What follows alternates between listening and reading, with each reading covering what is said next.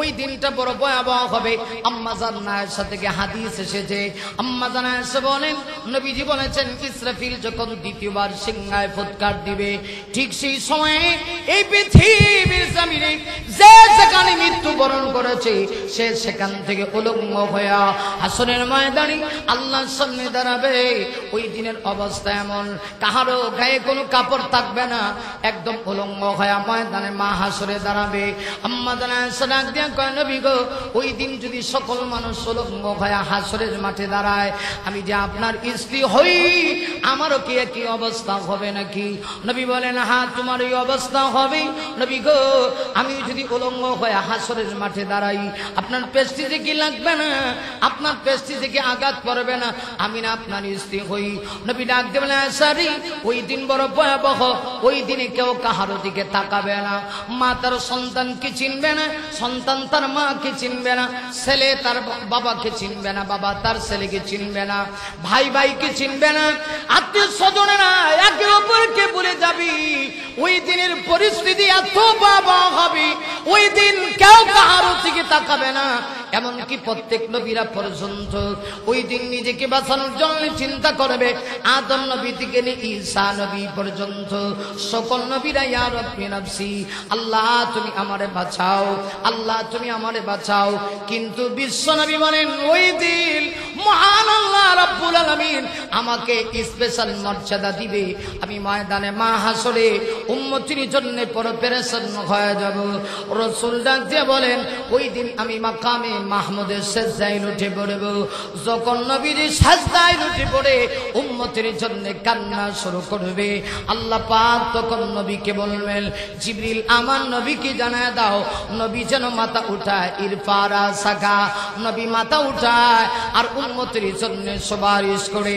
আমি আল্লাহ তো কাউসার দিয়েছি, এর একটা ব্যাখ্যা হলো নবীকে আমি আল্লাহ শাফাতি কুবরা, নবীকে সবচেয়ে বড় শাফাত করার মতো যোগ্যতা শাফাতে কুবরা আমি আল্লাহ আমার নবীকে দিয়েছি, আমার নবীকে বানিয়ে দিয়েছি। ও জিবরিল আমার নবীকে বলো সাজদা থেকে মাথা উঠে উম্মতের জন্য সুপারিশ করতে। নবী যতক্ষণ সুপারিশ করবে আমি আল্লাহ ততক্ষণ পর্যন্ত নবীর সুপারিশ মঞ্জুর করব। আল্লাহ পাক নবীর সম্মান বর্ণনা করতে গিয়া কাউসার দিলেন। কাউসার দিলেন এর অর্থ কি? 2 নম্বর ব্যাখ্যা, কাসরাতে উম্মত, অধিক পরিমাণে উম্মত দিয়েছি। আল্লাহু আকবার, জোরে আওয়াজ করে বলেন। ভাইরা আমার 3 নম্বর নবী গো ইন্না আ'তাইনাকাল কাউসার, হ্যাঁ নবী আমি আল্লাহ আপনাকে কাউসার দান করেছি। এর অর্থ হলো আল্লাহ বলেন নবী গো আমি আল্লাহ আপনার উম্মতির ভিতরে অসংখ্য আলেম আমি আল্লাহ দিয়েছি। সুবহানাল্লাহ, জোরে বলি। অসংখ্য আলেম দিয়েছি। মুসা নবী চলে গেছে, তার তাওরাত কিতাবের আইন আর চলে না, রহিত হয়ে গেছে। আমাদের নবী যে চলে গেছেন, আমাদের নবীর উপরে যে কিতাব নাজিল হয়েছে, কিতাব আসেনি? কথা দিবেন না? আমাদের নবী চলে গেছেন, নবীর আদর্শ আসেনি? আমাদের নবী চলে গেছেন, নবীর সিরত সূরত আসেনি? নবীর জীবনের আলোচনা নাই? নবীজির আকৃতি মুবারকের আলোচনা নাই? এইগুলা কারা চলে করে? হ্যাঁ, আলেমের জন্য আল্লাহ বলেন নবী গো ইন্না আ'তাইনাকাল কাউসার, হে নবী আমি আল্লাহ আপনাকে কাউসার দান করেছি। এর 3 নম্বর ব্যাখ্যা হলো নবী গো কাউসার দিয়েছি, এর অর্থ হলো আমি আল্লাহ আপনার উম্মতির ভিতরে অসংখ্য আলেম দান করেছি, অসংখ্য আলেম দিয়েছি। কারণ আলেম যতদিন পর্যন্ত থাকবে ততদিন পর্যন্ত আপনার সম্মান থাকবে। উলামায়ে কেরাম, বিশেষ করে উলামায়ে দেওবন্দি সিলসিলার উলামায়ে কেরাম যারা আছে, নিজের শরীরে 1 বিন্দু রক্ত থাকা অবস্থায় রাসূলের সম্মানের উপরে কেউ আঘাত করবে, এটা উলামায়ে কেরাম মেনে নিতে পারে না, পারে না, পারে না, পারে না। ঠিক কিনা জোরে আওয়াজ করে? কারণ আমরা আল্লাহর হাবিবকে কলিজা দিয়ে ভালোবাসি। এজন্য আল্লাহ পাক বলেন নবী গো আপনি টেনশন করেন না, কাউসার দিয়েছি মানে আপনার উম্মতের ভিতরে অসংখ্য আলেম আমি আল্লাহ দিয়েছি। আলেম থাকবে যতদিন আপনার সম্মান থাকবে ততদিন।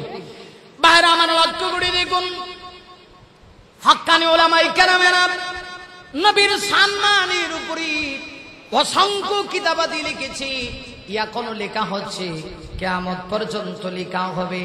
এরপরও কিন্তু নবীজির সিরতের উপরে কিতাব লিখে শেষ করা যাবে না। নবী সম্মানের আলোচনা হক্কানি উলামায়ে কেরামেরা অতীতে করেছেন, এখন উলামায়ে কেরাম করতেছি, কিয়ামত পর্যন্ত করবে। কারণ আমার নবীকে আল্লাহ পাক এত সম্মানিত করেছে। কাফেররা বলে, নবী গো আপনি দুনিয়া থেকে চলে গেলে আপনার নাম থাকবে না। আল্লাহ বলে, না গো না নবী, টেনশন করেন না, কাউসার দিয়েছি, কাউসার দিয়েছি। এর অর্থ হলো উম্মতের ভিতরে আমি আল্লাহ রব্বুল আলামিন অসংখ্য আলেম দিয়েছি।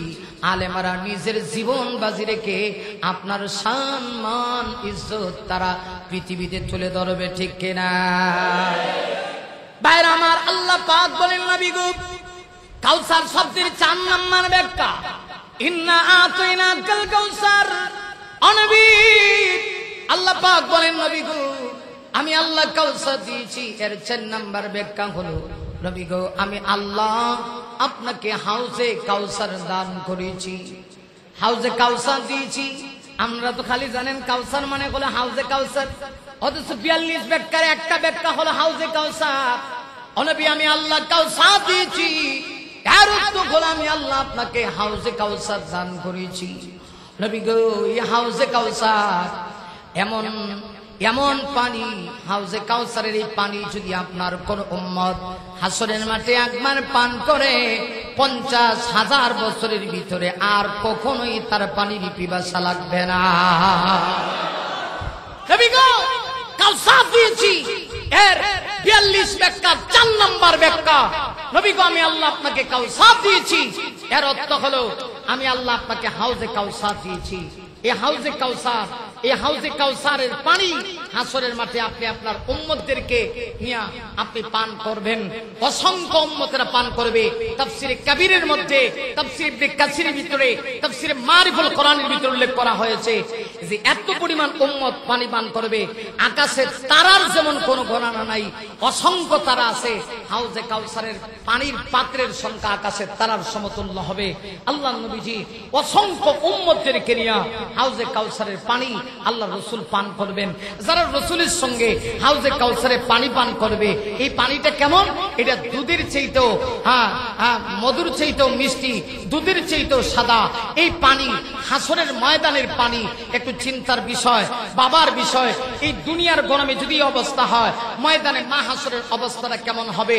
ওই দিনটা তো এত ভয়াবহ হবে। হাদিসে পাকের ভিতরে আসছে, কিয়ামত যখন শুরু হয়ে যাবে, হযরত ইসরাফিল আলাইহিস সালাতু ওয়াস সালাম আল্লাহ যাকে কিয়ামতের আগে সিংহায় ফুৎকার দেওয়ার অর্ডার করবেন। ইসরাফিলের দায়িত্বই তো হলো সিংহায় ফুৎ দেওয়া। হযরত ইসরাফিল 2 বার সিংহায় ফুৎকার দিবে, অধিকাংশ মুফাসসিরদের রায়। আর কেউ কেউ বলেন না 3 বার সিংহায় ফুৎকার দিবে, তবে এটাই বিশুদ্ধ মত। অধিকাংশ মুফাসসিরদের রায় হলো হযরত ইসরাফিল কিয়ামতের আগে ফু দিব কয়বার? আর জোরে বলেন কয়বার? 2 বার। খেয়াল করবেন, প্রথমবার তখন সিংহার ভিতরে ফুৎকার দিবে। আমি বুঝাইতে চাই রসুল কোন দিন সেই উম্মতকে নিয়ে হাউজে কাউসারে পানি পান করবেন, ওই দিনটার অবস্থাটা কেমন হবে এটা বোঝানোর জন্য বলছি। 2 বার সিংহার ভিতরে ফুৎকার দেওয়া হবে। প্রথমবার সিংহায় ফুৎকার দেওয়া হবে তখন যখন পৃথিবীতে আর কোন ঈমানদার থাকবে না, একজন ঈমানদারও নাই। আল্লাহ পাক তখন ইসরাফিলকে কইব, ইসরাফিলে তুমি তোমার সিংহার ভিতরে ফুৎকারটা বাজায়া দাও। সুবহানাল্লাহ আছেনি?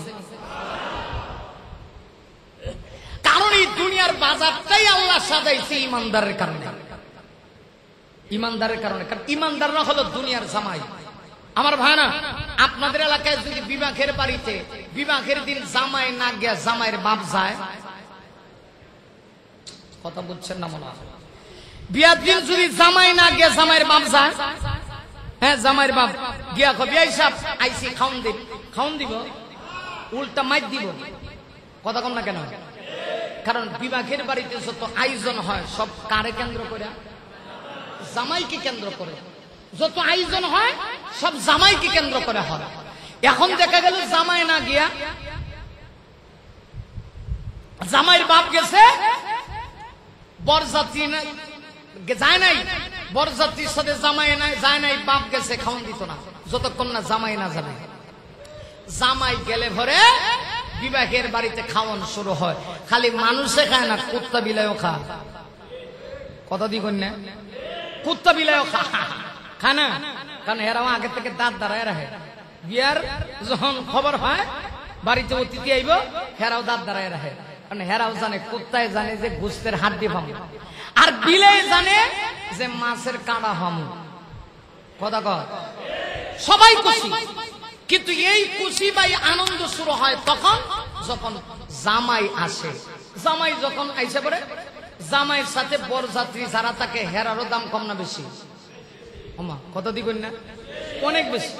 একটা রিক্সাওয়ালাও যদি হয় দেখবেন যে বিয়ের দিন দেখা যায় মাশাআল্লাহ ফ্যান যেটা আছে, ফ্যানটা যে বেল্ট লাগা এটারে ঢিলা করে হস করে, কারণ হে জানে যে আজকে আমি যা চামু আমার তা দেওয়া লাগবে।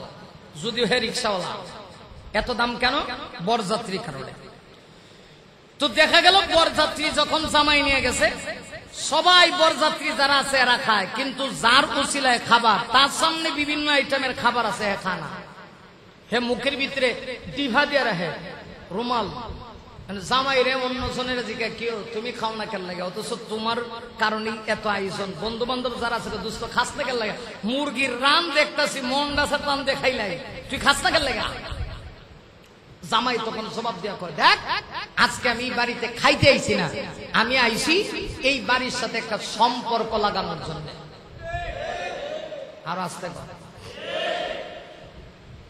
জামাই বলি, আমি আজকে খাইতে আসি নাই, আমি এসেছি এই বাড়ির সাথে একটা সম্পর্ক লাগানোর জন্য। যদি সম্পর্ক হয়ে যায় আজকে আমার খাওয়া লাগবে না, আগামী কালকে থেকে অটোমেটিকলি এই বাড়ির মুরগির যত রান আছে ইচ্ছায় হোক অনিচ্ছায় হোক আমার সামনে আসবে, ঠিক কিনা? আর তোমরা যারা বরযাত্রী ইচ্ছা মতে খাও, কারণ যখন বিবাহ শেষ হয়ে যাবে বাড়ির কুত্তার দাম আছে, তোমরা দাম নাই। কথা দেখুন না, ঠিক কিনা? এর কারণ কি? বরযাত্রীর ভিতরে জামাইয়ের কারণে বরযাত্রীর সম্মান। আল্লাহ ডাক দিয়া কয়, এই দুনিয়া আমি টিকায় রাখছি ইমানদারদের কারণে। যখন ইমানদার থাকবে না আমি পৃথিবী রাখবো না। ইমানদাররা হলো দুনিয়ার জামাই। হে ইসরাফিল, তুমি সিংহার ভিতরে ফুৎকার বাজায় দাও। হযরত ইসরাফিল সিংহার ভিতরে ফুৎকার বাজায় দিবে। প্রথমবারের সিংহার ফুৎকারের আওয়াজ শুনে এই পৃথিবীতে যত বেঈমান ছিল সব বেঈমান মৃত্যুবরণ করবে, একটা বেঈমান আর পৃথিবীতে অবশিষ্ট থাকবে না। আল্লাহ এবার ডাক দেয়া বলবে, ইসরাফিল তুমি তোমার সিংহার ভিতরে দ্বিতীয়বার ফুৎকার বাজায় দাও।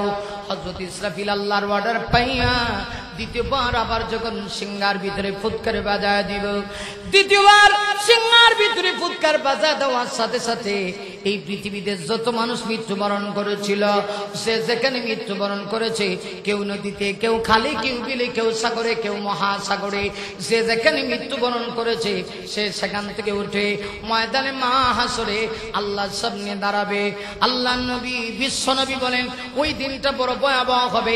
আম্মা জান আয়েশা থেকে হাদিস এসেছে, আম্মা জান আয়েশা বলেন নবীজি বলেছেন, ইসরাফিল যখন দ্বিতীয়বার সিংহায় ফুৎকার দিবে, ঠিক সেই সময়ে এই পৃথিবীর জমিনে যে যেখানে মৃত্যুবরণ করেছে সে সেখান থেকে উলঙ্গ হয়ে হাসরের ময়দানে আল্লাহর সামনে দাঁড়াবে। ওই দিনের অবস্থা এমন, কাহারও গায়ে কোনো কাপড় থাকবে না, একদম উলঙ্গ হয়ে ময়দানে মা হাসরে দাঁড়াবে। আম্মা জান আয়েশা ডাক দিয়া কয়, নবী গো, ওই দিন যদি সকল মানুষ উলঙ্গ হয়ে হাসরের মাঠে দাঁড়ায়, আমি যে আপনার স্ত্রী হই আমারও কি একই অবস্থা হবে নাকি? নবী বলেন, হ্যাঁ তোমার এই অবস্থা হবে। নবী গো, আমি যদি উলঙ্গ হয়ে হাসরের মাঠে দাঁড়াই, আপনার পেস্টিজে কি লাগবে না? আপনার পেস্টিজে কি আঘাত পড়বে না? আমি না আপনার স্ত্রী হই। নবী ডাক দিয়ে বলেন, সারি ওই দিন বড় ভয়াবহ। ওই দিনে কেউ কাহারো দিকে তাকাবে না। মা তার সন্তানকে চিনবে না, সন্তান তার মাকে চিনবে না, ছেলে তার বাবাকে চিনবে না, বাবা তার ছেলেকে চিনবে না, ভাই ভাইকে চিনবে না, আত্মীয় স্বজনেরা একে অপরকে ভুলে যাবি। ওই দিনের পরিস্থিতি এত ভয়াবহ হবে, ওই দিন কেউ কাহারো দিকে তাকাবে না। এমনকি প্রত্যেক নবীরা পর্যন্ত ওই দিন নিজেকে বাঁচানোর জন্য চিন্তা করবে। আদম নবী থেকে নিয়ে ঈসা নবী পর্যন্ত সকল নবীরা ইয়া রাব্বি নাফসি, আল্লাহ তুমি আমারে বাঁচাও, আল্লাহ তুমি আমারে বাঁচাও। কিন্তু বিশ্ব নবী বলেন ওই দিন মহান আল্লাহ রাব্বুল রাব্বুল আলামিন আমাকে স্পেশাল মর্যাদা দিবে, আমি ময়দানে মাহশরে উম্মতির জন্য প্রিপারেশন হয়ে যাব। রাসূল ডাক দিয়ে বলেন, ওই দিন আমি মাকামে মাহমুদের সিজদায় উঠে পড়ব। যখন নবীজি সিজদায় উঠে পড়ে উম্মতের জন্য কান্না শুরু করবে, আল্লাহ পাক তখন নবীকে বলবেন, জিবরিল আমার নবীকে জানায় দাও, নবী যেন মাথা উঠায়, ইরফারা সাকা, নবী মাথা উঠায় আর উম্মতের জন্য সুপারিশ করে। আমি আল্লাহ তো কাউসার দিয়েছি, এর একটা ব্যাখ্যা হলো নবীকে আমি আল্লাহ শাফাতি কুবরা, নবীকে সবচেয়ে বড় শাফাত করার মতো যোগ্যতা শাফাতি কুবরা আমি আল্লাহ আমার নবীকে দিয়েছি, আমার নবীকে বানিয়ে দিয়েছি। ও জিবরিল আমার নবীকে বলো সিজদা থেকে মাথা উঠে উম্মতের জন্য সুপারিশ করতে। নবী যতক্ষণ সুপারিশ করবে আমি আল্লাহ ততক্ষণ পর্যন্ত নবীর সুপারিশ মঞ্জুর করব। ও নবী, আপনি এত টেনশন করেন কেন? কাফেররা আপনাকে কষ্ট দেয় আফতার বলে, আমি আল্লাহ আপনাকে বলছি আপনার টেনশন নাই, আমি আল্লাহ আপনাকে কাউসার দিয়েছি। ও নবী, আমি আল্লাহ আপনাকে শাফাআতে কুবরা বানিয়েছি। আজকের ময়দানে মাহশরে আপনি উম্মতের জন্য যার জন্য সুপারিশ করবেন আমি আল্লাহ সেই সুপারিশ কবুল করব। জোরে বলি আল্লাহু আকবার।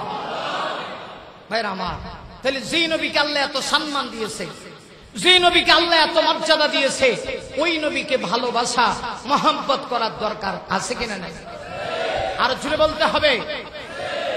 আজকে আমরা মুখে দাবি করি নবীকে ভালোবাসি, নবীর নামে গান গায়, নবীর নামে শান কয়, আর শান কয় জিলাপি খায়, কিন্তু রাসূলের ইজ্জতের উপরে আঘাত আসলে ওরা কোনো প্রতিবাদ করে না।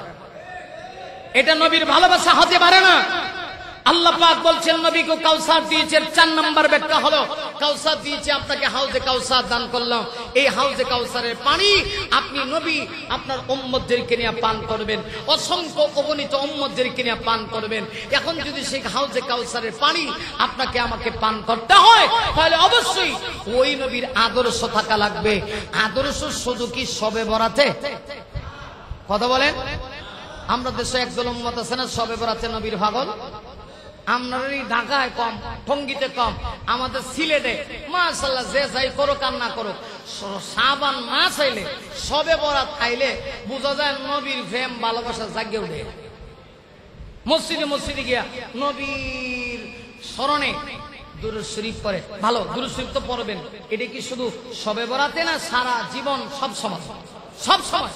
কিন্তু দেখা যায় শবে বরাতে যায়। একদল লোক আছে কেন যায়? সবার কথা বলছি না, একদল লোক আছে যায় কেন? আজকে যদি নবীর শানে দুরূদ পড়ি, দুরূদ পড়ার পরে জিলাপি পাওয়া যাবে, তাহলে এরা কি আশিকে রসুল না আশিকে জিলাপি? আপনারা কি আশিকে রসুল হইতে চান না আশিকে জিলাপি হইতে চান? আমরা আশিকে রসুল হতে চাই, সাহাবীদের মতো হতে চাই। সাহাবীরা যেভাবে আল্লাহ রসুলকে ভালোবেসেছেন, রসুলের আদর্শ অনুসরণ গ্রহণ করেছেন, ওইভাবে যদি গ্রহণ করতে পারি নবীর সঙ্গে হাউজে কাউসার নসিব হবে। সাহাবীরা কেমন নবীকে ভালোবেসেছে শুধু একটু দৃষ্টান্ত দিয়ে বোঝাই। আপনারা জানেন উহুদের যুদ্ধে হুজুর চলে আসতেছেন, আলহামদুলিল্লাহ হুজুর চলে আসতেছেন, আসার সাথে সাথে আমার কথা শেষ। এর আগে নাকি এর আগে শেষ করে দিন? আমার কথা চলতে থাকবে। জি আলহামদুলিল্লাহ, হযরত চলে আসতেছেন। এখানে অনেকেই তো হযরতকে রিসিভ করার জন্য গেছেন, আলহামদুলিল্লাহ জোরে বলি। আরো যারা আশেপাশে আছেন, এখানে অনেক লোক হুজুরকে রিসিভ করার জন্য গেছেন। আশেপাশে যারা আছেন, কেন ভিতরে যারা আছেন অন্তত খালি হেরা যায় না, এরা গেলে পরিবেশ নষ্ট হবে। বাহিরে যারা আছেন সবাই আপনারা হযরতকে রিসিভ করার জন্য রাস্তায় দাঁড়ায় থাকেন। হুজুর আসলে হুজুরকে রিসিভ করে ওয়েলকাম জানিয়ে আমরা ইনশাআল্লাহ সবাই নিয়ে আসবো। আল্লাহ কবুল করুক, সবাই বলে আমিন। তাহলে আমার কথাও চলতে থাকুক নাকি? তাহলে কথা চলতে না থাকলেও তো সমস্যা। হুজুর আসলে আমি ছেড়ে দিব। আর কথাও থেকে অল্প সময় হয়েছে না, মোটামুটি মাশাআল্লাহ মনে হয় 1.5 ঘন্টা ফোনে 2 ঘন্টার দ্বারা যাইতেছে। আর যাক না, আপনারা তো মাঝখানে পরিবেশ নষ্ট করছেন। না হইলে আমি যে বেটা অন্তত 3 ঘন্টা ওয়াজ করলেও শরীরটা লড়ার কথা না। কথা বুঝেন নাই? যে হোক, আমি যে কথা বলছিলাম, আমার প্রাণের ভাইরা, আল্লাহ নবীর সঙ্গে যদি হাসরের মাঠে হাউজে কাউসারের পানি পান করতে হয়, নবীর আদর্শ আর মহব্বত থাকা লাগবে কি লাগবে না?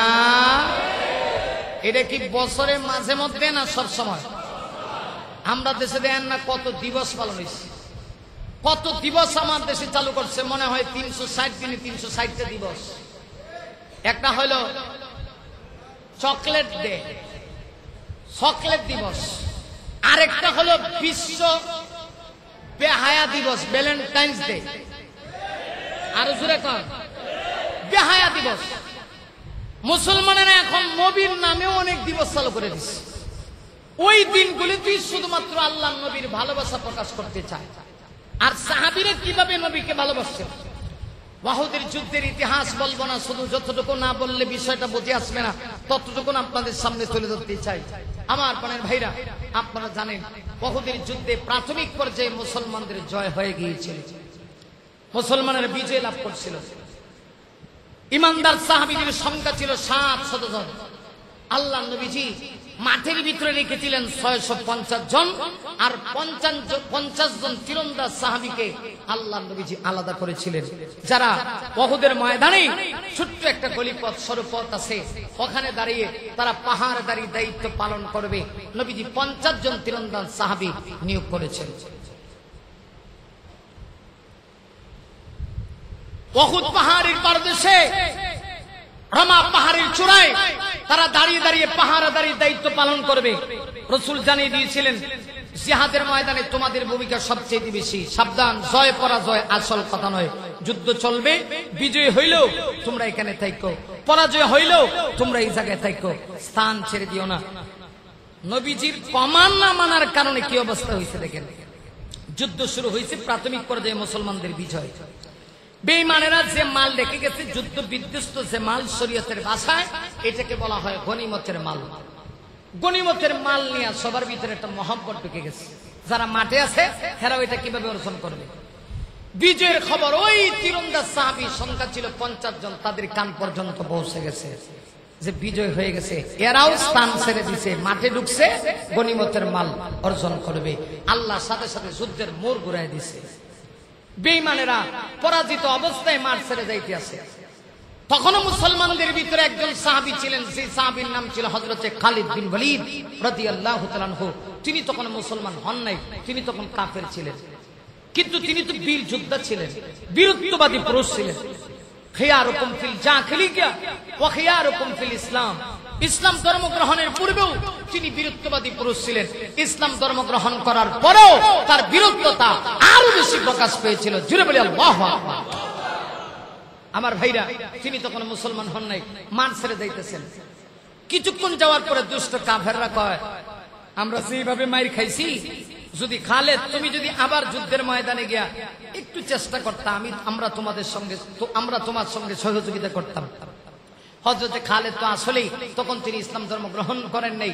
যুবকদের এই কথা শুনে তিনি আবার ময়দানে রওনা করছেন, উহুদের ময়দানে ঢুকবেন কোন দিক দিয়া? নবীজি 50 জন তীরন্দাজ সাহাবীকে আগেই সিগন্যাল দিয়েছেন, সাবধান, তোমরা ছোট্ট গলিপথ সরুপথ ছেড়ে দিও না, ওই স্থান দিয়ে ঢুকবে। এখন আয়েশা দেখে সাহাবীদের যারা পাহারাদার ছিল কেউ নাই, এরা সুযোগ পেয়ে মাঠে ঢুকে গেছে।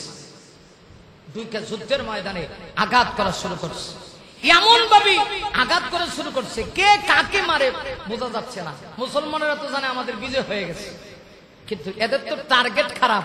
নবীকে এরা দুনিয়া থেকে বিদায় করতে চায়, আল্লাহর হাবিবকে দুনিয়া থেকে বিদায় করে দিবে। তখন দুষ্ট কাফেরদের ভিতর থেকে কিছু যুবক খালেদকে ডেকে ডেকে বলতেছে রাদিয়াল্লাহু আনহু, তখন তো তিনি মুসলমান ছিলেন না, ডেকে ডেকে বলতেছে, খালেদ একটা কাজ করো, এইভাবে মুসলমান মাইরা শেষ করা যাবে না।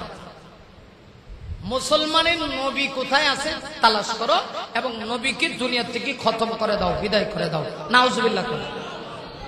এখন তারা টার্গেট করে ফেলছে আল্লাহর হাবিবকে, নবীকে দুনিয়া থেকে বিদায় করে দাও। ভাইরা আমার, আল্লাহর হাবিব জিহাদের ময়দানে নবীজি যে জায়গায় দাঁড়ায় আছেন, নবীজির ডানে বামে 1-2 জন সাহাবী নয়, 10-10 জন সাহাবী আল্লাহর রাসূলের ইজ্জত বাঁচানোর জন্য চতুর্দিকে পাহারাদারি দায়িত্ব পালন করতেছে। 10 জন সাহাবীর প্রধান ছিলেন হযরতে তালহা রাদিয়াল্লাহু তাআলা আনহু। তিনি সহ 10 জন আল্লাহর হাবিবের চতুর্দিকে ঘেরাও করে আছে। লক্ষ্য করে দি কোন দুষ্ট কাফেররা নবীজির স্থান পর্যন্ত পৌঁছে গেছে।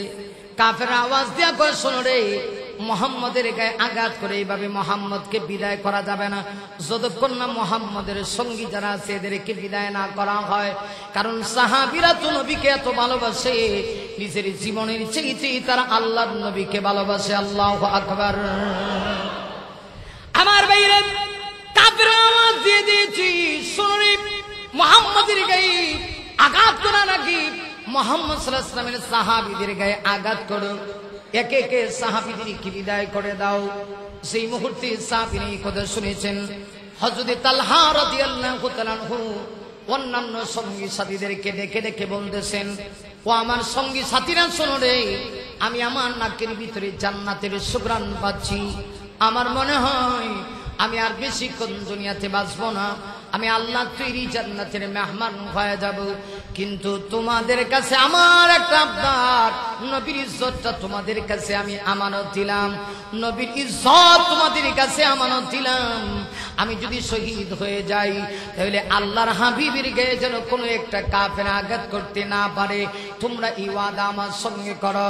সাহাবীরা ডেকে ডেকে বলে, তালহা, আপনি কোনো টেনশন করবেন না, আপনি যদি দুনিয়া থেকে বিদায় নিয়ে যান, আমাদের প্রাণের বিনিময়ে হলেও আমাদের গায়ে এক বিন্দু রক্ত থাকা অবস্থায় বিশ্ব নবীজির গায়ে কোনো একটা কাফের ফুলের ছিটা দিতে পারবে না। আর জোরে বলে আল্লাহু আকবার। ভাইরা আমার, হযরত তালহা কিছুক্ষণের ভিতরেই দুষ্ট কাফেরদের সঙ্গে মোকাবেলা করে করে হযরত তালহা শহীদ হয়ে আল্লাহ তৈরি জান্নাতের মেহমান হয়ে গেলেন। এবার নবীর সামনে সাহাবীর সংখ্যা কয়জন? 10 জনের একজন শহীদ হয়েছে। আছে কয়জন? আপনারা কিন্তু আমার সাথে আসেননি না? আমার মমি শিখে কামলা মতো লাগাই দিছে। হ্যাঁ হ্যাঁ হ্যাঁ হ্যাঁ করে লাগাই দিন না, আমরা লাগে থাকবে না, থাকলে তো অবস্থা খারাপ। বাইরে আমার আরো 7 জন সাহাবী, একজন তো তালহা শহীদ হয়ে গেছে, আরো 7 জন সাহাবীকে দুষ্ট কাফেররা শহীদ করে দিয়েছে। মোট 8 জন সাহাবী শহীদ হয়ে গেছেন। এবার নবীর সামনে আছেন শুধুমাত্র 2 জন। একজন সাহাবীর নাম হযরত কাতাদা রাদিয়াল্লাহু তাআলা আনহু, আরেকজন সাহাবীর নাম হযরত আবু দুজানা রাদিয়াল্লাহু আনহু। এই 2 জন ছাড়া নবীর সামনে এখন আর কেউ নাই। দুষ্ট কাফেররা আওয়াজ দেয়া কয়, শোনো রে, এই 2 জনকে তাড়াতাড়ি করে শহীদ করে দাও, এরপরে মুহাম্মদ সাল্লাল্লাহু আলাইহি ওয়াসাল্লামকে দুনিয়া থেকে খতম করে আমরা আমাদের মিশন বাস্তবায়ন করতে চাই। আল্লাহর জমিনে আমরা কুফরি বাস্তবায়ন করতে চাই। এই আওয়াজ যখন দিয়েছে, 2 জন সাহাবী মুহূর্তের ভিতরে জাগ্রত বীরের মতো আওয়াজ দিয়ে বললেন, ওরে কাফেরের দলেরা, আল্লাহর কসম করে বলি, যতক্ষণ পর্যন্ত আমাদের গায়ে এক বিন্দু রক্ত থাকবে, এক বিন্দু রক্ত থাকা অবস্থায় নবীর গায়ে আঘাত করতে দেব না। 2 জনের ভিতরে প্রতিযোগিতা শুরু হয়ে গেছে, কে কার আগে মোকাবেলা করবে দুষ্ট কাফেরদের সঙ্গে। হযরত কাতাদা ডাক দিয়া বলেন, আমি আগে শহীদ হব। হযরত আবু দুজানা ডাক দিয়া কয়, আমি শহীদ হব। সর্বশেষ সিদ্ধান্ত হয়েছে হযরত কাতাদা রাদিয়াল্লাহু তাআলা আগে কাফেরদের সঙ্গে মোকাবেলা করবে। হযরত কাতাদা বলেন, আমি আছি প্রস্তুত, আসো আমার সঙ্গে তোমরা মোকাবেলা করো। মুহূর্তের ভিতরে চতুর্দিক থেকে বৃষ্টির মতো অনবরত হযরত কাতাদাকে তীর আর বল্লম ছুটতে শুরু করছে। বিষাক্ত 2টা তীর হযরত কাতাদার 2 চোখের ভিতরে ঢুকে তীরের আঘাতে হযরত কাতাদার 2টা চোখ মুহূর্তের ভিতরে শহীদ হয়ে জমিনে পড়ে গেছে। নবীজি কাতাদার এই অবস্থা দেখে গো নবীজি চোখের পানি ছেড়ে দিয়া, আল্লাহ নবীজি কাতাদার প্রেম দেখে নবীজি চোখের পানি ছেড়ে দিয়ে বললেন, কাতাদা, তুমি বুঝি আমাকে এত ভালোবাসো, এত মহব্বত করো? ও কাতাদা, তোমার 2টা চোখ আমি বিশ্ব নবীজির মুবারক হাতে উঠায় দাও। হযরত কাতাদা বলেন, সঙ্গে সঙ্গে আমি 2টা চোখ যখন উঠায় দিয়েছি, নবীজি তার জিহ্বা মুবারক থেকে থুতু মুবারক লেপন করে ওই 2 চোখ আমার চোখের স্থানে যখন লাগায় দিয়েছে, আমি কাতাদা তাকায় দেখি আমার চোখের পাওয়ার আগের চাইতে কোটি গুণ বেড়ে গেছে। কিন্তু কিছু মানুষ তো নবীর প্রেমে, নবীর মহব্বতে, নবীর ভালোবাসায়, নবীর আদর্শে কিছু মানুষকে জীবন দিতে হবে। ঠিক কিনা জোরে আওয়াজ করে বলেন। হযরত কাতাদা তৈরি হয়ে গেলে আবারও কাফেররা কাতাদা রাদিয়াল্লাহু আনহুকে টার্গেট করে তীর আর বল্লম ছুড়তে শুরু করছে। শেষ পর্যন্ত হযরত কাতাদা দুষ্ট কাফেরদের হাতে তিনি নির্মমভাবে শহীদ হয়ে গেছেন ইসলামের জন্য। এবার বুঝে থাকলে বলুন, নবীর সামনে সাহাবী আছে কয়জন? আল্লাহ রাসূলের সামনে শুধু একজন সাহাবী। আমার ভাইরে, একজন সাহাবী আল্লাহ নবীজির এমন পাগল, নবীকে এত ভালোবাসে, হযরত আবু দুজানা গলা কাটা মুরগির মতো ছটফট করা শুরু করে দিছে। হযরত আবু দুজানা চিন্তা করে, আমার নবী এবার একা, আমিও নবীর সামনে দাঁড়ায় আছি, দুষ্ট কাফেররা না জানি কখন আমার নবীজির গায়ে আঘাত করে। হযরত আবু দুজানা সামনের দিকে ডাল হয়ে দাঁড়ায় আছে, নবীর গায়ে যেন আঘাত করতে না পারে। যখন সামনে গিয়েছে, আবু দুজানা চিন্তা করে দুষ্ট কাফেররা মনে হয় পিছন দিক থেকে তীর মারবে। হযরত আবু দুজানা পিছনে গিয়ে ডাল হয়ে দাঁড়ায় আছে, আবার ডান দিকে যায়। আবু দুজানা চিন্তা করে দুষ্ট কাফেররা মনে হয় ডান দিক থেকে আমার নবীজির গায়ে তীর মারবে। আবার বাম দিকে তীর মারে কিনা, বাম দিকে গিয়ে আবু দুজানা দাঁড়ায়। একের পর এক স্থান পরিবর্তন করে করে হযরত আবু দুজানার গায়ে দুষ্ট কাফেররা তীর আর বল্লমের আঘাত দিয়ে দিয়া হযরত আবু দুজানার শরীরটা চাউলের ছালনির মতো ক্ষত বিক্ষত করে ফেলেছে। জাজরা হয়ে গেছে পুরো শরীরটা। হযরত আবু দুজানা কাফেরদের সঙ্গে মোকাবেলা করে করে আল্লাহ তৈরি জান্নাতের মেহমান হয়ে গেছে। আমার নবী বিশ্ব নবী এবার একা হয়ে গেছি। নবীর সামনে ডানি বামে, সামনে পিছনে কেউ নাই গো। আমার নবী তখন একা হয়ে গেছে। আমার নবী কি যখন একা পাইয়া দুষ্ট কাফেররা সুযোগটা গ্রহণ করছে, একটা কাফেরের বাচ্চা আওয়াজ দেয়া কয়, শোন, মোহাম্মদকে জনমের মতো মার। হাতের ভিতরে একটা পাথর উঠায়া আমার নবীজিকে একা পেয়ে জিহাদের ময়দানে আমার নবীজি বৌদ্ধের ময়দানে যুদ্ধের কৌশল হিসাবে বিশ্ব নবীজি একটা লোহার টুপি পরিধান করেছিলেন। ওই টুপি বরাবর দুষ্ট কাফেরটা পাথরটা হাতে উঠায় টুপি বরাবর যখন আমার নবীজির টুপি বরাবর, লোহার টুপি বরাবর পাথরটা ছুঁড়ে মারছে, পাথরের আঘাতে লোহার টুপিটা দুই টুকরা হয়ে লোহার একটা অংশ বিশ্ব নবীজির চেহারা মোবারকে বিদ্ধ হয়ে গেছে। লোহার আর একটা অংশ আমার নবীজির কপাল মোবারকে ঢুকে গেছে। আরেকটা কাফের সুযোগ পায়া কয়, মার, জনমের মতো মার। ইচ্ছা করে জনমের মতো মারি। সুযোগ পেয়ে আমার নবীজিকে উদ্দেশ্য করে আবার একটা পাথর উঠাইছে। পাথর উঠায় বিশ্ব নবীজির মাথা বরাবর আবার যখন পাথরটা মারছে, পাথরটা ঘরে পড়ে পড়ে বিশ্ব নবীজির চারটা দান দান মোবারক শহীদ হয়ে গেছে। আল্লাহ নবীজি মুহূর্তের ভিতরে জিহাদের ময়দানে বেহুশ হয়ে গর্তে পড়ে গেলেন। পুরা ময়দানের ভিতরে বুখারীর riwayat শয়তান মুনাফিকের সনদ ধারণ করে ঘোষণা করে দিয়েছে, কতিলা মুহাম্মদ সাল্লাল্লাহু আলাইহি ওয়াসাল্লাম, মুহাম্মদ সাল্লাল্লাহু আলাইহি ওয়াসাল্লাম শহীদ হয়ে গেছে। সাহাবায়ে কেরাম যেন পাগল হয়ে গেছে। সাহাবীরা আকাশের দিকে তাকায়, ডেকে ডেকে বলে, আল্লাহ, কেমনে বরদাস্ত করব? প্রভু, তোমার নবী যদি দুনিয়াতে না থাকে, এই জমিনে আমরা থাকতে চাই না। আল্লাহ, তুমি বুঝি আমাদের উপরে গজব নাজিল করেছো, তোমার নবীকে দুনিয়া থেকে উঠাই নিয়ে গেছো। সাহাবীরা পাগলের মতো হয়ে গেছে। হযরত ওমর নাঙ্গা তরবারি কোষামুক্ত করে জিহাদের ময়দানে ঘোষণা করে দিয়েছে, যদি কেউ বলবা নবী নাই, আমি ওমর তরবারি দিয়ে আঘাত করে দেখো থেকে মাথাটা আলাদা করে দিব। হযরত আলী রণাঙ্গনে পাগলের মতো নবীকে তালাশ করতেছে। হযরত আলী বলেন, হঠাৎ করে আমার চোখে ভেসে উঠলো আল্লাহর হাবিব জিহাদের ময়দানে একটা গর্তে পড়ে রয়েছেন, আর রাসূলের চেহারা থেকে রক্ত মুবারক বের হইতেছে।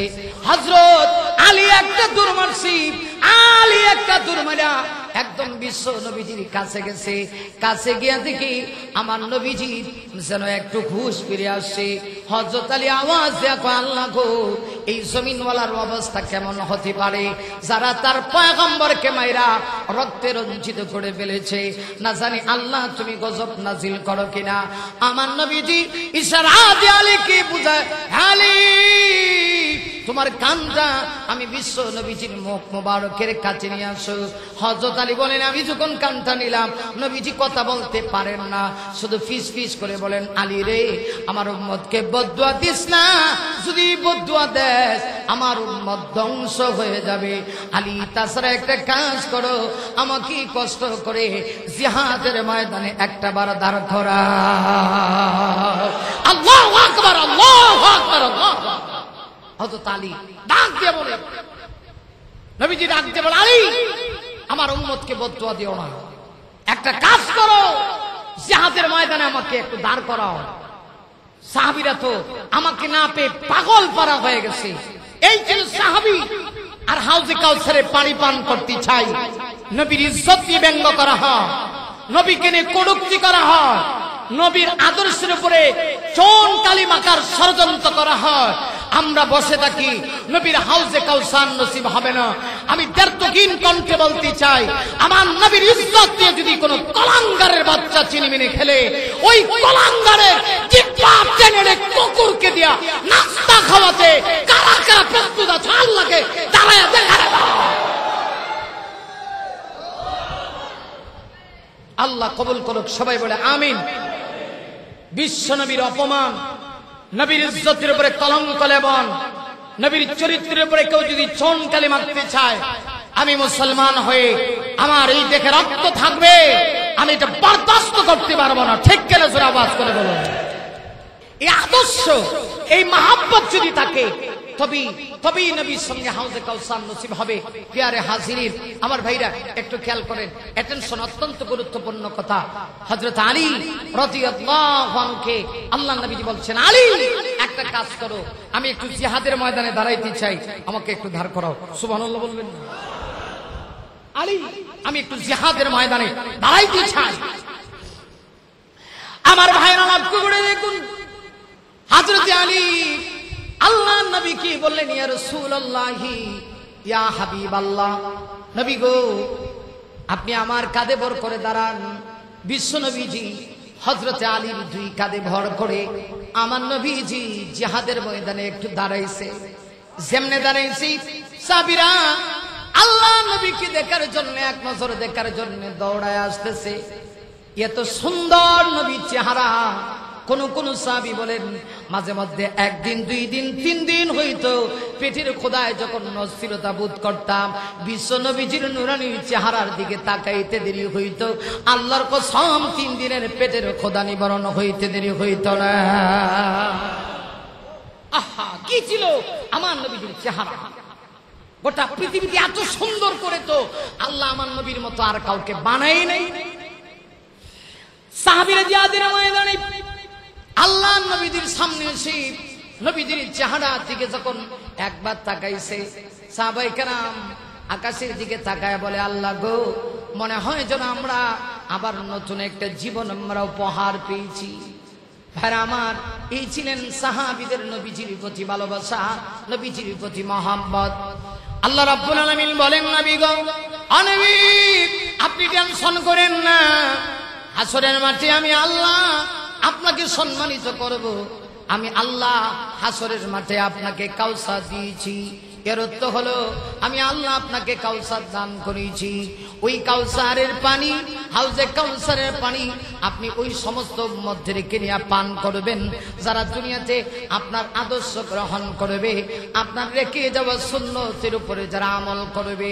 আমি আপনাদের কাছে জানতে চাই, নবীর রেখে যাওয়া সুন্নতের উপরে আমরা সবাই আমল করতে রাজি আছি কিনা নেই? আল্লাহু আকবার, জোরে বলি। যদি রাজি থাকি তাহলে হাত নামা। যদি রাজি থাকি, নবীর সঙ্গে হাসরের মাঠে হাউজে কাউসার নসিব হবে। ব্যাখ্যা কয়টা বলছিলাম? 42টা। জোরে বলেন, কয়টা? বাইরে আমার আল্লাহ রাব্বুল আলামিন বলেন, নবী গো, আমি আল্লাহ আপনার সন্তানগুলি দুনিয়া থেকে নিয়ে গেছি, আপনি মনে হয় কষ্ট দিয়েছেন। না গো না, আমি আল্লাহ সন্তান নিয়ে গেছি তো কি হয়েছে? আমি আল্লাহ আপনাকে কাউসার দিয়েছি।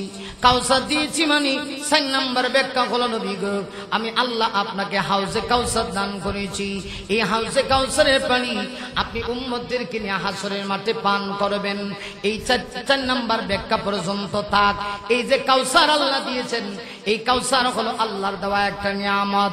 নিয়ামতের কৃতজ্ঞতা আদায়ের সাথে আল্লাহ 2 নম্বর আয়াতের ভিতরে বলেন, ফাসাল্লি লিরাব্বিকা ওয়ানহার। ও নবী, আপনি এই নিয়ামতের কৃতজ্ঞতা আদায়ের সাথে আপনি 2টা কাজ করবেন। 1 নাম্বার, আপনাকে আপনার রবের জন্য নামাজ আদায় করতে হবে। 2 নাম্বার, আপনাকে কোরবানি করতে হবে। কাউসারের কৃতজ্ঞতা আদায়ের সাথে 2টা কাজ।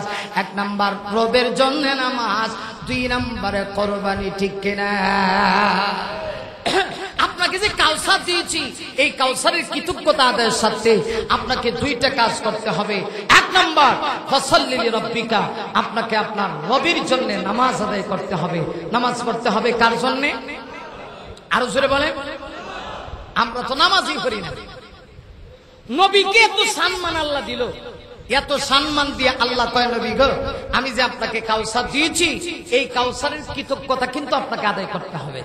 কারণ নিয়ামত পাইয়া কেউ যদি নিয়ামতের শুকরিয়া আদায় করে, নিয়ামত বাড়ায় দেয় কে? আরো জোরে বলে।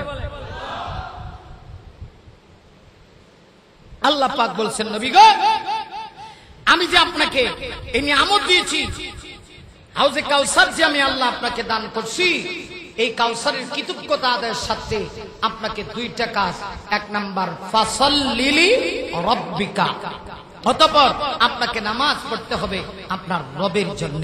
নবী যদি আল্লাহর জন্য নামাজ পড়ান লাগে, আর আমরা বাবার লাগে পড়তাম না, আল্লাহর লাগে। ওমা কথা দিবেন না? আরে একদল আছে নামাজই পড়ে না, হেরা কয় নামাজের মতো নামাজ 2 রাকাত পড়লেই হয়। এরা বাবার মুরিদ, বন্ড পীরের মুরিদ। হক্কানি পীরের বিরুদ্ধে আমার কোনো বক্তব্য নয়, আমার বন্ডদের বিরুদ্ধে আমার বক্তব্য। ঠিক কিনা বলেন? আপনি চরমোনায় যান, হক্কানি পীর, এখানে গেলে দেখবেন যে নামাজ পড়ে না, একবার গিয়ে নামাজি হয়ে গেছে। আপনি তাবলিগে যান, দেখবেন যে তাবলিগে গেলে আগে নামাজ পড়তো না, এখন দেখা যায় তাবলিগে গিয়ে নামাজি হয়েছে, আল্লাহওয়ালা হয়েছে। অতএব আমি হক্কানি পীর আর তাবলিগের বিরুদ্ধে বলছি না, আমার বক্তব্য হচ্ছে বন্ডদের বিরুদ্ধে। ঠিক কিনা? হেরা কত সুন্দর, পানির তলে বাতি জ্বলে, বাও বাতাসে নিবে না। নাউজুবিল্লাহ কর। হ্যাঁ, দেখছেন নি হুক করে জিকির মারে। পানির তলে বাতি জ্বলে, বাও বাতাসে নিবে না। বাবার কাছে মুরিদ হইলে ওযু গোসল লাগে না। আরো আসতে গন। হ্যাঁ, দেখছেন নি? ঠিক আছে। হ্যাঁ, বন্ড বন্ড। আরো জোরে বলেন, এটা কি? আরো জোরে, আরো জোরে। হ্যাঁ, এটা হলো বন্ড। বাবা এত শ্রদ্ধা করে, আল্লাহর সামনে শ্রদ্ধা দেয় না, বাবার সামনে গিয়ে মাথা নত করে। নাউজুবিল্লাহ, আসতে কন। বাবার সামনে গিয়ে মাথা নত করে। কোন পীরের সামনে মাথা নত করা যাবে? কার সামনে করবে? বাইরে আমার লক্ষ্য করে দেখুন, নবীকে আল্লাহ ডাক দিয়ে বলে, নবী গো, আমি আল্লাহ যে আপনাকে কাউসার দিয়েছি, এই কাউসারের কৃতজ্ঞতা আদায়ের সাথে 2 কাজ। জোরে বলেন, কয় কাজ? সূরার নাম কি? কাউসার। সূরার নাম কি? 2 নম্বর আয়াতে আল্লাহ বলেন, ফাসাল্লি লিরাব্বিকা। নবী গো, আমি যে আপনাকে কাউসার দিয়েছি, এই কাউসারের কৃতজ্ঞতা আদায়ের সাথে 2টা কাজ। 1 নাম্বার, আপনাকে রবের জন্য নামাজ আদায় করে কৃতজ্ঞতা আদায় করতে হবে। নবীকে যদি আল্লাহ এই কথা বলে, বোঝা গেল উম্মতের নামাজ মিস হওয়ার কোনো সুযোগ নাই। কিন্তু দুঃখজনক হলে সত্য, আমার দেশে অনেক নবীর উম্মত আছে, বাবার মুরিদ হইয়া নামাজটাও ছাইরা দেয়। ঠিক কিনা? ভাইরা আমার, নামাজ ছাড়ার কোনো সুযোগ নাই। নামাজের ব্যাপারে আল্লাহ নবী দিয়ে এত গুরুত্ব দিয়েছেন, কাউসার দিয়ে আল্লাহ নবীকে নামাজ আদায় করার কথা বলতেছে। আর নামাজের ব্যাপারে আমার নবীজি এত গুরুত্ব দিয়েছেন, একটু লক্ষ্য করে দেখুন, একটু চোখের পানি আসবে, দিলের কানটা লাগায় শোনেন। আল্লাহ নবী, বিশ্ব নবীজি মদিনায় যাওয়ার পরে, নবীজি আমার মসজিদে নববীর ইমাম, সবাই খেয়াল করেন, আমার নবী ইমাম নবীর পিছনে সাহাবায়ে কেরাম মুসল্লি হয়ে নামাজ আদায় করে, নবী ইমাম আর সাহাবীরা নবীজির পিছনে মুসল্লি। মুসল্লি কারা? হযরত আবু বকর মুসল্লি, হযরত ওমর মুসল্লি, হযরত উসমান মুসল্লি, হযরত আলী মুসল্লি। কেমন মুসল্লি? আসমানের নিচে জমিনের উপরে এদের চাইতে দামি মুসল্লি আর কিয়ামতের আগে আসবে না। এমন সাহাবীরা নবীজির পিছনে দাঁড়ায় দাঁড়ায় নামাজ আদায় করে। কিন্তু আশ্চর্যের ব্যাপার, একজন সাহাবী যার নাম ছিল হযরতে আব্দুল্লাহ আল আনসারী, আনসার সাহাবী ছিল, নবীর পিছনে নামাজ আদায় করতে আসে। সাহাবায়ে কেরাম বলেন, নবীজি ইমামতি করান, নবীর পিছনে নামাজ পড়ে নামাজ সেই মুহূর্তে শেষ হয়ে যায়, আমরা সকলে নবীজির সামনে বসে থাকি, অপেক্ষার প্রহর গুলি কোন সময় আল্লাহর নবীজি আমাদেরকে উদ্দেশ্য করে কোনো একটা কথা বলবেন। নবীজির মনি মুক্তা খচিত কথাগুলি শোনার জন্য আমরা অপেক্ষার প্রহর করি। কিন্তু ওই যে আনসার সাহাবী আব্দুল্লাহ নামাজ শেষ করে একটা দৌড় মারা বাড়িতে চলে যায়। সাহাবীরা বড় আশ্চর্য হয়ে গেছে, কিরে কি ব্যাপার? আব্দুল্লাহর ভিতরে মনে হয় দুনিয়ার মহব্বত ঢুকে গেছে, আব্দুল্লাহ মনে হয় মুনাফিক হয়ে গেছে। সকল সাহাবীরা আল্লাহর নবী বিশ্ব নবীর কাছে বলে, নবী গো, আপনার সাহাবী আব্দুল্লাহ তো মুনাফিক হয়ে গেছে, কারণ আব্দুল্লাহ নামাজ শেষ করে এক মুহূর্ত বসে না, দৌড়ায় বাড়ি চলে যায়। নবীজির কাছে অভিযোগ দায়ের করছে, আর আমরা নামাজই পড়ি না। সাহাবীরা কয়, হুজুর এই সাহাবী নামাজে আসে ঠিক, কিন্তু নামাজ শেষ একটা দৌড় মারে। আমরা দেশে এমন মুসল্লি আসেনি, কিন্তু সাহাবীর ভিন্ন কারণ। আমি আল্লাহর রাসূলের সাহাবীর সম্মান ক্ষুণ্ণ করব না, বুঝাচ্ছি। আমি ওই সাহাবীর ঈমান যে কত বড়, এটা তুলনা দেওয়ার মতো কোনো উপমা নাই। কিন্তু আমাদের দেশে এরকম কিছু মুসল্লি আছে, বেহুদা অনার্থক বিনা কারণে মসজিদে আসলে পরেই দেখবেন নামাজ শেষ একটা দৌড় মারে। আছে কিনা নাই? অথচ হেরারে যদি ফাগলুটু ডান্স লয়ে যায়, ফাগলুটু ডান্স, এই যে গরম লাগতেছে, আজকে যদি মনে করেন এখানে আল্লামা জুনায়েদ আল হাবিব সাহেব হুজুর না আইসা যদি আমরা আভাই তো হাইট্টা যা তাহলে দেখতেন মাশাআল্লাহ মাশাআল্লাহ, এনে কোনো খবর লাগলো না, অফলাইনে সারা দুনিয়া। কথা কন না কেন, ঠিক কিনা? কিন্তু এত বড় আলেম, জবরদস্ত আলেম, বিশ্ববিখ্যাত একজন আলেম, আমার দেশের রত্ন, আমার দেশের অহংকার, আল্লামা জুনায়েদ আল হাবিব, এদেশের অহংকার, যিনি প্রায় 3 বছর কারা নির্যাতিত, অসংখ্যবার জেলের প্রকোষ্ঠে ছিলেন, আল্লাহর জমিনে আল্লাহ দ্বীনের কথা বলতে গিয়া আমি তো মনে করি এমন আলেমের চেহারার দিকে তাকায় তাকাও একটা সৌভাগ্যের ব্যাপার, ঠিক কিনা? জোরে আওয়াজ করে বলেন। কিন্তু কফল পড়ছে মুসলমানের, আলেমের চেহারা দেখতে হয় না, ফাগলুটু ডান্সে যা। আসল সাহাবীর কথা, তিনি তো আর এই কারণে না, আপনার আমার মত না, কোন কারণেই তিনি নামাজে আছেন, নামাজ শেষ একটা দৌড় মারে বাড়ি যান। নবীজির দরবারে সাহাবীরা অভিযোগ দায়ের করছে, আল্লাহ রাসূল অভিযোগটা গ্রহণ করছেন। কয়েকজন সাহাবীরে নিয়ে ওই আব্দুল্লাহর বাড়ি থেকে রওনা করছেন। যাইতে যাইতে যাইতে যাইতে একদম আব্দুল্লাহর বাড়ির কাছে চলে গেছেন। সর্বপ্রথম নবীজি আবু বকর সিদ্দিককে পাঠাইছেন, আবু বকর তুমি যাও, গিয়া একটু সাহাবীর ঘরের সামনে দাঁড়ায় সালাম দাও, সালামের জবাব দিলে বলবা আমি নবী আসছি, তার সঙ্গে একটু কথা বলবো। সুবহানাল্লাহ আসেনি? আরো জোরে কান। আবু বকর সিদ্দিক ওই সাহাবীর ঘরের সামনে গিয়ে দাঁড়ায় সালাম দেয়, একবার, দুইবার, তিনবার, কিন্তু ভিতর থেকে কোনো আওয়াজ আসে না। রাসূল বললেন, আবু বকর তুমি চলে আসো। উমরের গলার আওয়াজ মোটা, ওমর তুমি যাও। সুবহানাল্লাহ আছেন? আপনারা বলেন তো দেখি, হযরত ওমর ঠান্ডা না গরম? আপনারা গরমের মধ্যে ঠান্ডা হয়ে গেছে, একটু জোরে বলেন, ঠান্ডা না গরম? কেমন গরম? যারে দেখলে শয়তান রাস্তা ছাড়ে, আর আমরা দেখলে কত দুষ্ট আসো, তোমার সাথে বুক মিলে কথা কর আছে না? আজকের ওয়াজও অনেক লোক আছে, কানে ওয়াজ যায়, কিন্তু হ্যাঁ হ্যাঁ বয়ে বয়ে টেলিভিশন দেয়। শয়তানে ডাইনে বামে ক্লিক মারছে। রমজানে তো শৃঙ্খলাবদ্ধ ছিল, এখন তো ভালো করে ধরছে। ওমর দেখলে শয়তান রাস্তা ছাড়ে। নবী বললেন, ওমর এ কাকা কথা কয়, ওমর ওমর তুমি যাও, তোমার গলার আওয়াজ মোটা। হযরত ওমর গেলেন, ঘরের সামনে দাঁড়ায় গিয়ে সালাম দেয়। ওমরেরও সালামের জবাব নাই। আশ্চর্য ব্যাপার। তাহলে আব্দুল্লাহ কেন সালামের জবাব দেয় না? আমার সাহাবীদের সালামের আওয়াজ শুনে বুঝতে পারে নাই কে আসছে, তাহলে কি সে আমাকে পেয়ে খুশি হয় নাই? নবীজি বললেন, আচ্ছা ঠিক আছে, প্রবলেম তো অবশ্যই আছে, চলো আমরা চলে যাই, মসজিদে নববীতে চলে যাই। আল্লাহ নবীজি আবার মসজিদে নববীর দিকে রওনা করছে। কদম বা কদম, কয়েক কদম এগিয়ে নবীজি সামনে গেলেন। এমনি দেখা যায় ওই সাহাবীর কণ্ঠে সালামের আওয়াজ শোনা যায়। সুবহানাল্লাহ। আগামী বছর বায়না সাহাবী পিছন দিক থেকে সালাম দেন। নবীজির চেহারা ঘুরায় দেখি আব্দুল্লাহ সালাম দিচ্ছে। নবীজি বড় আশ্চর্য হয়ে গেলেন। আল্লাহ নবীজি ডেকে ডেকে বলেন, আব্দুল্লাহ রে, কি হয়েছে তোমার? আমি তোমার বাড়িতে গিয়েছি, আমার সাহাবীরা আমার পক্ষ থেকে তোমাকে সালাম দিয়েছি, তুমি জবাব দাও না। কি হয়েছে রে আব্দুল্লাহ? তুমি কি আমাকে পেয়ে খুশি হও নাই? আমার মতো মেহমান পেয়ে তুমি খুশি হও নাই? হযরত আব্দুল্লাহ অজর নয়নে চোখের পানি ছেড়ে দিয়ে হাওমাও করে কান্না শুরু করছে। নবীজি তাকায় দেখি আব্দুল্লাহ এইভাবেই কান্না করতেছি, মনে হয় কান্নার কারণে আব্দুল্লাহর বুকটা ফেটে যাবে। আমার নবীজি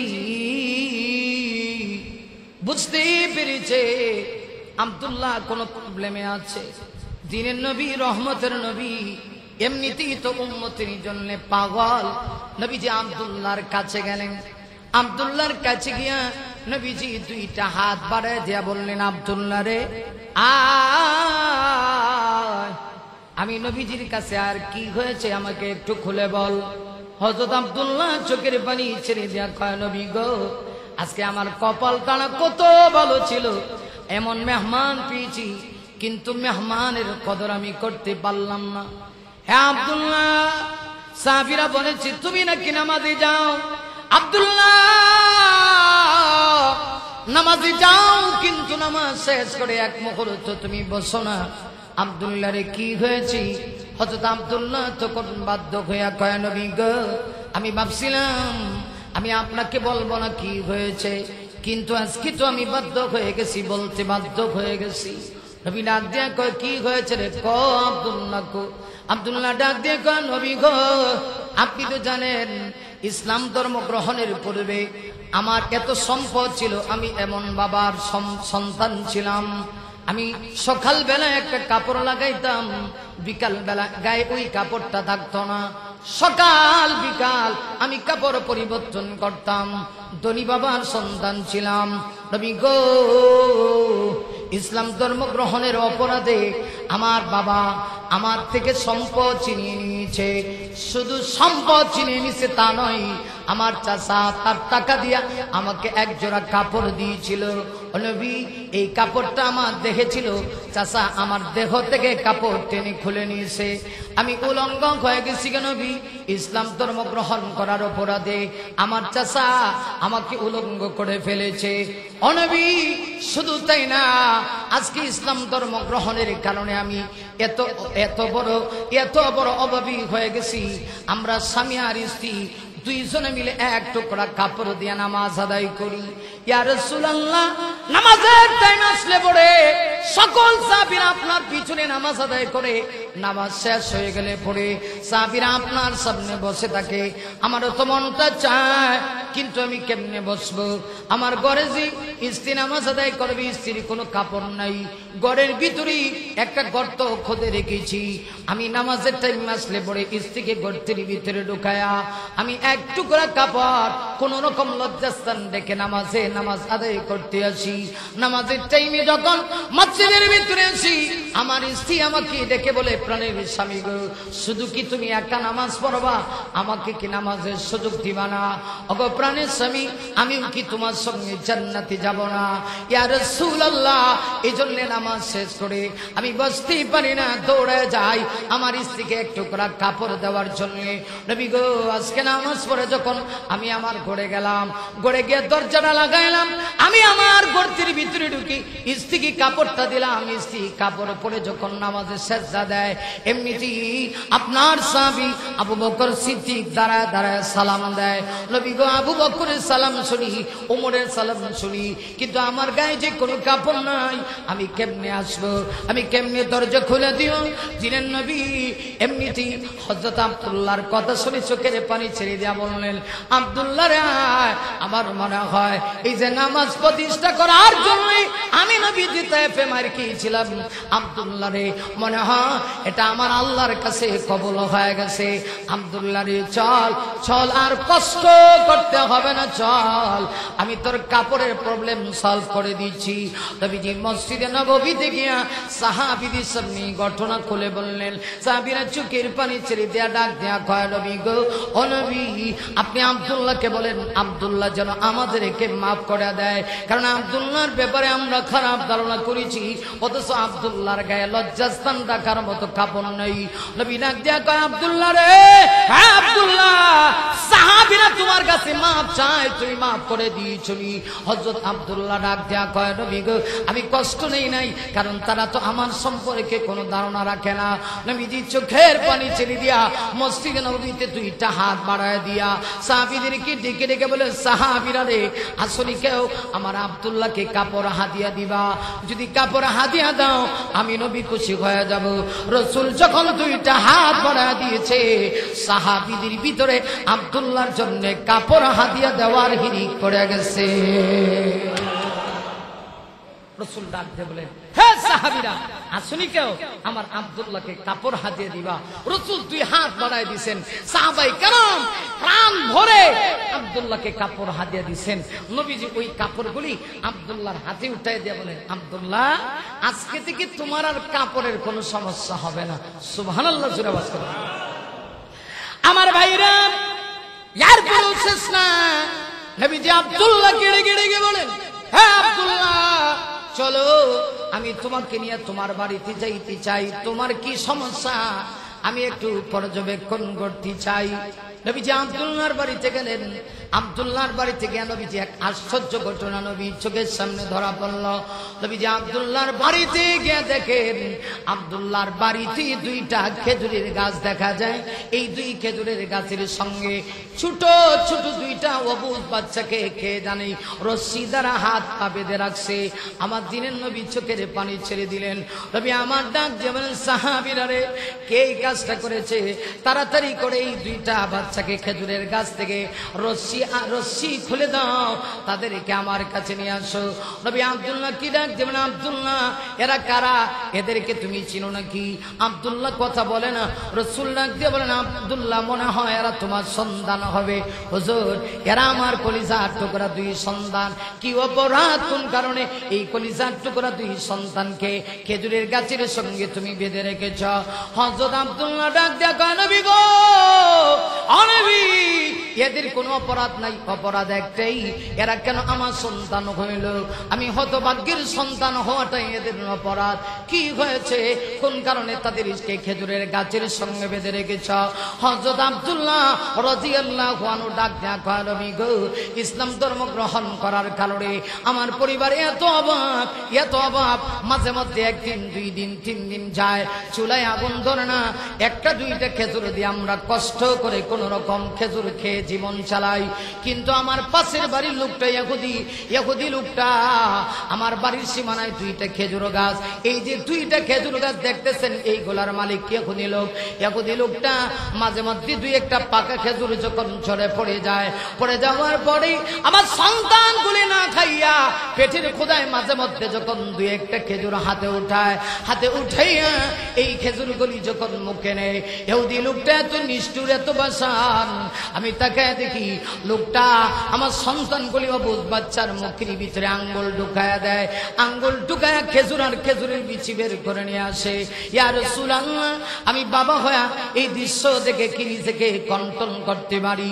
তাই তো আমি আর কি করব, বাধ্য হয়ে আমার দুই সন্তানকে খেজুরের গাছের সঙ্গে বেঁধে রেখেছি। ইয়া রাসূলুল্লাহ, এটাই তাদের অপরাধ। নবীজি চোখের পানি ছেড়ে দিয়া সাহাবীদের ভিতরে ঘোষণা করে দিলেন, আমার সাহাবীরা রে, তোমাদের ভিতরে এমন কি কেউ আছো আমার এই সাহাবী আব্দুল্লাহর দুই সন্তানকে দুইটা খেজুরের গাছ কিনে মালিক বানায় দিবা, এমন কি কেউ আছো? নবী যেই মুহূর্তে এই কথা বলেছে, এমনিতে সাহাবীদের ভিতরে হযরত উসমান গনি হাত ওড়ায় কয়, নবী গো আমি আছি। রাসূল বলেন, যদি এই দুইটা খেজুর গাছ কিনে আমার আব্দুল্লাহকে মালিক বানায় দিতে পারো, আমি নবী ঘোষণা দিলাম তোমাকে জান্নাতে নিয়ে যাওয়ার গ্রান্ডেড আমি নবী হয়ে যাব।